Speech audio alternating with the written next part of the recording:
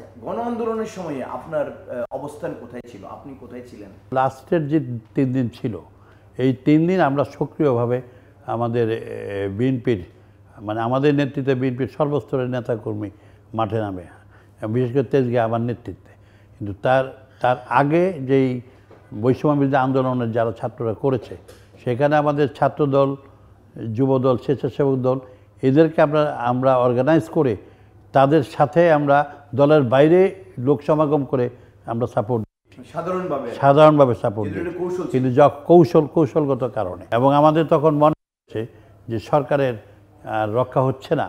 4 তারিখে সেদিনকে আমাদের অবস্থান ছিল আপনার ঢাকা মেডিকেলে। এই আওয়ামী সন্ত্রাসী বাহিনী বিভিন্নভাবে তারা মানে অস্ত্রশস্ত্র নিয়ে মানে চতুর্দিক থেকে আমাদের বৈষম্যবিরোধী আন্দোলনের যারা ছিল তারা, আমাদের বিএনপি, ছাত্রদল, যুবদল, স্বেচ্ছাসেবক, মূল দলের লোক, সাধারণ লোক, মানে একটা যুদ্ধক্ষেত্রের মতো মনে হয়েছিল।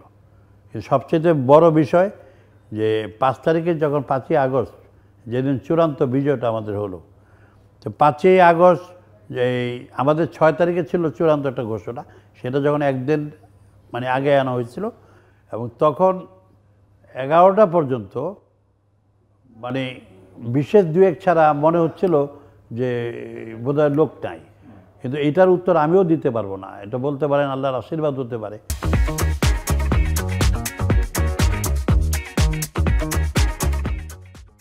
হঠাৎ করে 11:30 12টায় আমাদের বনানী, মহাখালী বা উত্তরার সাইডে মানে অল্পক্ষণ সময়ে কোত্থেকে এত লোক আসছে এটার সঠিক উত্তর দেওয়া খুব মুশকিল।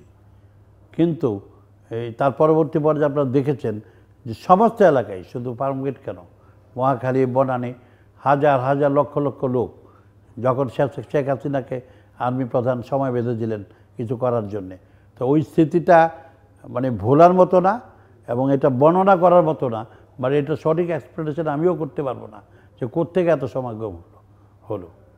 তাহলে এটা খুব আকস্মিক ঘটনা, এবং আমি মনে করবো এটা আল্লাহর আশীর্বাদ থেকে এই বিষয়টা ঘটেছে।